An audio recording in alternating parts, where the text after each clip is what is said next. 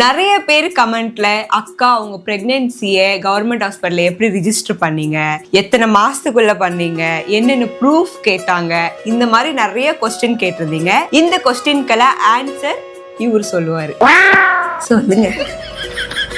முதலில் மக்களே, உங்களுடைய பிரெக்னன்சியை வந்து நீங்கள் கன்ஃபார்ம் பண்ணணும். அதாவது இந்த மாதம் 1ஆம் தேதி உங்களுக்கு டேட் ஆகுது அப்படின்னா அடுத்த மாதம் 1ஆம் தேதிக்கு அப்புறம் வந்து நீங்கள் செக் பண்ணி பார்ப்பீங்க. ஃபர்ஸ்ட் வீக்கில் நிறைய பேருக்கு வந்து காட்டாது. ஸோ செகண்ட் வீக்கில் அந்த 1 மந்த் முடிஞ்சு செகண்ட் வீக்கில் வந்து செக் பண்ணிங்கன்னா நிறைய பேர் காட்டும். அப்படியே irregular பீரியட் இருக்கவங்களுக்கு கூட பார்த்தீங்கன்னா ஒரு 4 வீக்ஸ்க்குள்ள மேக்ஸிமம் வந்து ஒரு 4 வீக்ஸ்க்குள்ள காட்டும். அப்படி பார்த்தீங்கன்னா அது ஒரு 1 மந்த், இது ஒரு 1 மந்த், 2 மந்த் தான் ஆகும். கவர்மெண்ட்ல பார்த்தீங்கன்னா 3 மந்த் வரைக்கும் டைம் இருக்கு. 3 மாசத்துக்குள்ள வந்து உங்க பிரெக்னன்சி நீங்க போயிட்டு கவர்மெண்ட் ஹாஸ்பிட்டல் வந்து ரெஜிஸ்டர் பண்ணணும். எப்படி பண்ணணும் அப்படின்னு கேட்டீங்கன்னா, உங்க நேபர்ல இருக்கக்கூடிய ஒரு ஆரம்ப சுகாதார நிலையம் ஜிஹெச்சுக்கு போனீங்கன்னா உங்க ஏரியா பேர் சொன்னீங்கன்னா உங்க ஏரியாக்குன்னு ஒரு நர்ஸ் இருப்பாங்க. அந்த நர்ஸாக பார்த்தீங்கன்னா அவங்க உங்ககிட்ட வந்து ஆதார் கார்டு, ஹஸ்பண்ட் ஒய்ஃப் 2 பேரோட ஆதார் கார்டு கேட்பாங்க, அப்புறம் போட்டோ கேட்பாங்க. அதுக்கப்புறம் பார்த்தீங்கன்னா ஈஷம் கார்டு அப்படின்னு சொல்லிட்டு ஒன்று வாங்கிட்டு சொல்லுவாங்க. அது வந்து இ-சேவை மையத்தில் வந்து அப்ளை பண்ற மாதிரி இருக்கும். அதுக்கப்புறம் பார்த்தீங்கன்னா வேற என்ன காய்ச்சி போஸ்ட் ஆஃபீஸ்ல வந்து அக்கௌண்ட் ஓப்பன் சொல்லுவாங்க. போஸ்ட் ஆஃபீஸ் அக்கௌண்ட் ஓப்பன் பண்ணாதான் டாக்டர் முத்துலட்சுமி ரெட்டி ஸ்கீம்ல வந்து கவர்மெண்ட்ல வந்து 18,000 பிரெக்னன்சிக்கு வந்து காசு கொடுப்பாங்க. அது கொஞ்சம் கொஞ்சமா கொடுப்பாங்க. போஸ்ட் ஆஃபீஸ் அக்கௌண்ட் ஓப்பன் பண்ணீங்கன்னா ஈஸியா வந்து அது கிடைச்சிடும் அப்படின்னு சொல்லுவாங்க. இந்த டாக்குமெண்ட்லாம் கொண்டு போய் உங்க நர்ஸா கிட்ட கொடுத்தீங்கன்னா பிக்மி அப்படின்ற கவர்மெண்ட் ஆப் இருக்கு. அந்த ஆப்ல வந்துட்டு அவங்களே வந்துட்டு ரெஜிஸ்டர் பண்ணிட்டு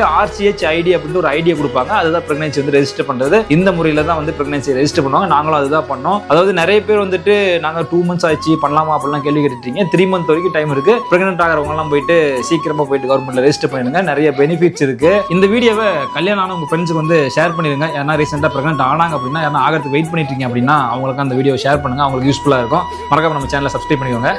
பை.